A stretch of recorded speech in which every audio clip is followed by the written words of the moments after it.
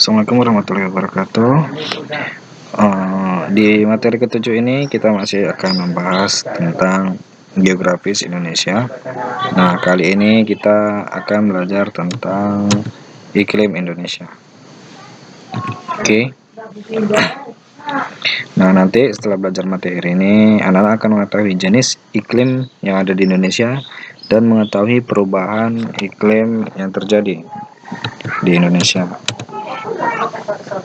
Nah, kira-kira apa itu iklim? Nanti akan kita pelajari. Nah, di belajar sebelumnya kita sudah belajar tentang persebaran suku-suku dan persebaran kepadatan penduduk di Indonesia. Kali ini kita akan belajar tentang iklim. Nah, apa itu iklim? Iklim adalah keadaan rata-rata cuaca pada suatu wilayah dalam jangka waktu yang relatif lama. Nah, artinya keadaan cuaca itu dikatakan lama, misal dalam 6 bulan. Nah, selama 6 bulan ini rata-rata curah hujan lebih banyak daripada kemarau. Nah, itu dikatakan sebagai iklim. Iklim selama 6 bulan, iklim selama 1 bulan, iklim selama 1 minggu. Keadaan rata-ratanya. Oke. Nah, sedangkan cuaca itu apa? Cuaca adalah keadaan suhu udara, tekanan udara, curah hujan, angin, dan sinar matahari pada waktu singkat dan tempat tertentu. Nah, kalau cuaca ini misalnya nih, dalam hari ini, hari Senin, nanti sampai siang itu cuaca cerah, tidak ada hujan. Sampai sore juga, tapi tiba-tiba malam hujan, dan hujannya itu mungkin hanya di daerah Sunggal misalnya. Sedangkan di daerah Marendal tidak hujan.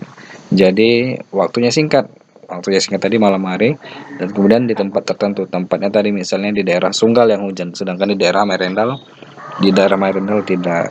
Nah, itulah cuaca. Tapi kalau di iklim itu hampir sama dengan cuaca, cuman keadaannya dirata-ratakan dalam waktu yang panjang hitungannya, misalnya dalam satu minggu dihitung. Kemudian kita akan mengetahui jenis iklim yang ada di Indonesia. Ternyata ada 3 iklim yang ada di Indonesia. Apakah iklim salju ada? Tidak ya. Nah, iklim-iklim apa saja itu? Nah, yang pertama adalah iklim tropika atau iklim panas. Kemudian ada iklim laut, dan yang terakhir ada iklim musim atau iklim muson. Nah, kita akan mempelajari 2 iklim ini hari ini, yaitu iklim tropika dan iklim laut. Minggu depan kita akan mempelajari iklim musim atau iklim muson. Oke.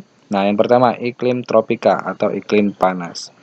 Iklim panas terjadi karena letak astronomis Indonesia yang berada di wilayah tropis, membuat Indonesia beriklim tropis. Nah, wilayah tropis itu apa, Pak? Wilayah tropis adalah wilayah sekitaran garis khatulistiwa. Oke, garis khatulistiwa itu apa? Garis khatulistiwa atau yang disebut juga dengan garis ekuator, garis khayal yang membelah bumi tepat di tengah-tengah. Oke.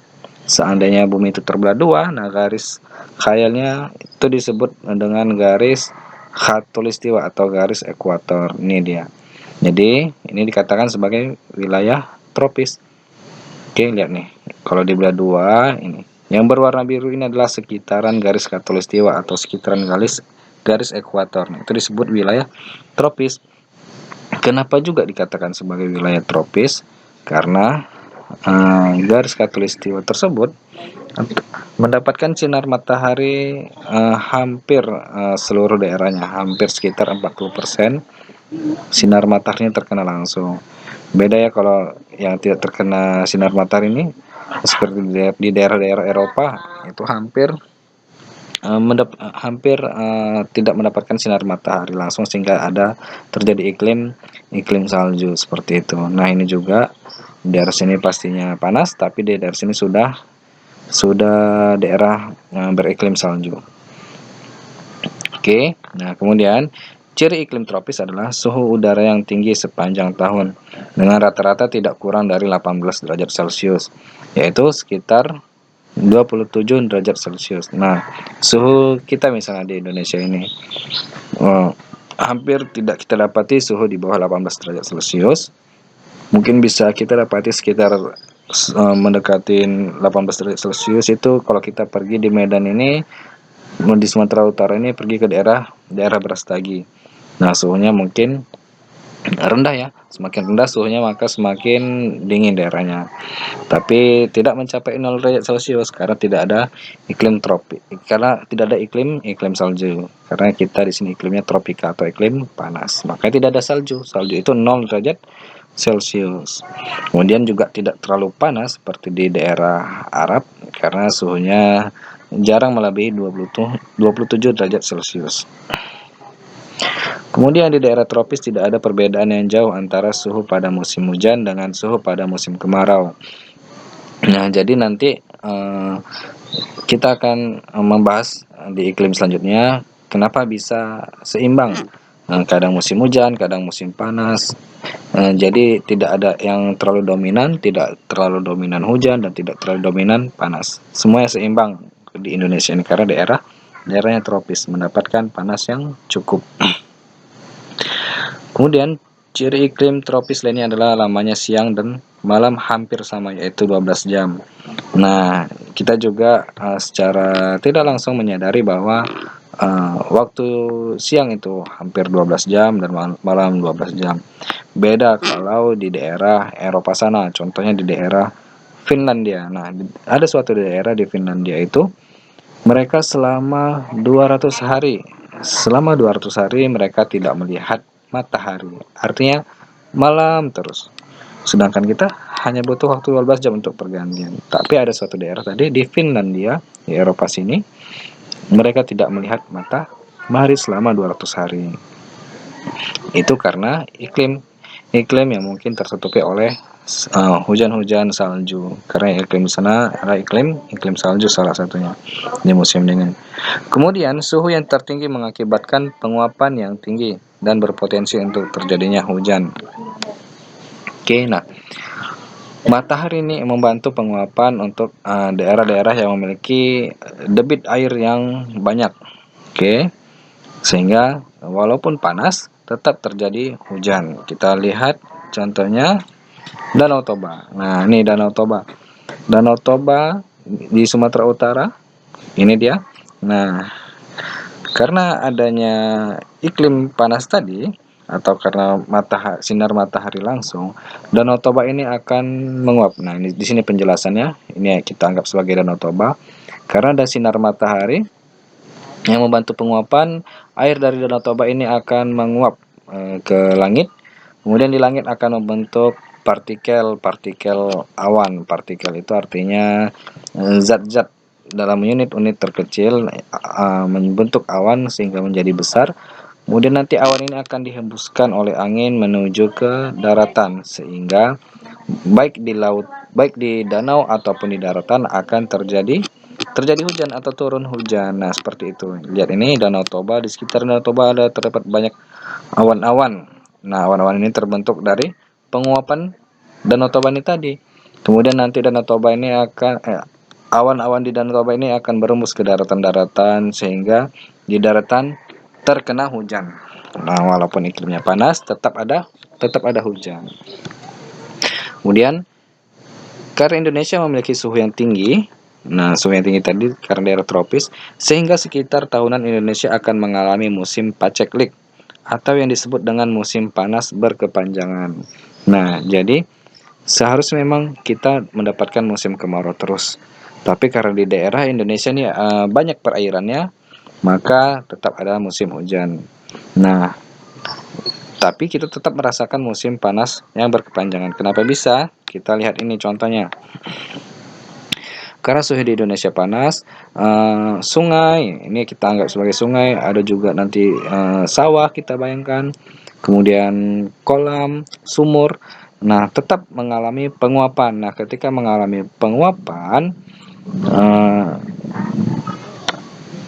air-air tersebut akan membentuk awan dan awan tersebut akan berembus ke daerah lain menurunkan hujan. Sedangkan di daerah yang sudah menguap tadi tidak terkena hujan, makanya terjadi musim kemarau yang berkepanjangan karena sumber air sudah mulai menghilang. Oke. Nah, kita pelajari iklim yang kedua, iklim laut. Iklim laut terjadi karena Indonesia memiliki wilayah laut yang luas. Benar ya? Indonesia memiliki wilayah laut yang sangat luas daripada daratannya. Kemudian, iklim Indonesia sangat dipengaruhi oleh air laut dan lautan. Oke. Laut dan lautan Indonesia mengakibatkan tingginya penguapan. Nah, ternyata sama ceritanya seperti di Danau Toba tadi. Hanya dari Danau Toba saja sudah bisa menghasilkan hujan. Bayangin Indonesia dikelilingi lautan yang sangat luas, maka akan membuat penguapan yang banyak dan mengakibatkan hujan yang juga banyak di hari-hari yang berbeda. Kemudian kita lihat wilayah yang memiliki tingkat penguapan yang tinggi. Nah, ini maksudnya tadi penguapan kita tuh tinggi karena lautnya luas, juga akan memiliki curah hujan yang tinggi. Nah, jadi kita memiliki curah hujan yang tinggi. Curah hujan yang tinggi ini artinya hujan yang sering sepanjang tahun. Jadi dalam seminggu bisa seminggu hujan, bisa 4 kali hujan. Seperti itu yang dikatakan curah hujan yang tinggi. Sering terjadinya hujan. Kemudian sehingga Indonesia bisa mengalami musim hujan yang berkepanjangan. Nah, makanya di Indonesia tadi dikatakan seimbang walaupun di daerah tropis, di daerah panas, tetapi memiliki musim hujan yang berkepanjangan karena ada iklim laut tadi.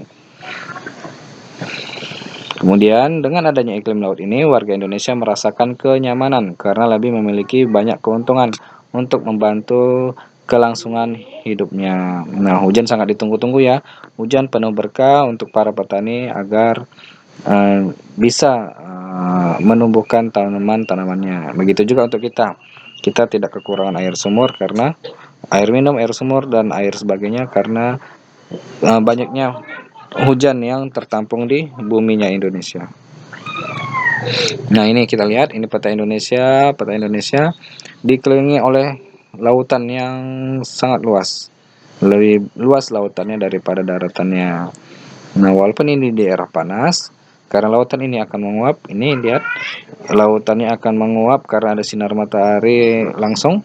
Kemudian membentuk, uapannya tadi membentuk awan.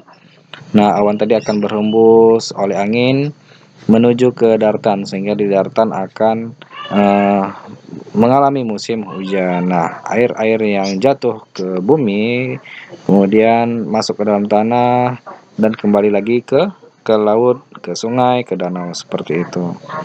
Oke. Nah, itu saja untuk tugasnya membuat catatan dari yang Bapak jelaskan dan Bapak tuliskan di slide. Oke, nanti dikumpul ke WhatsApp Bapak. Assalamualaikum warahmatullahi wabarakatuh.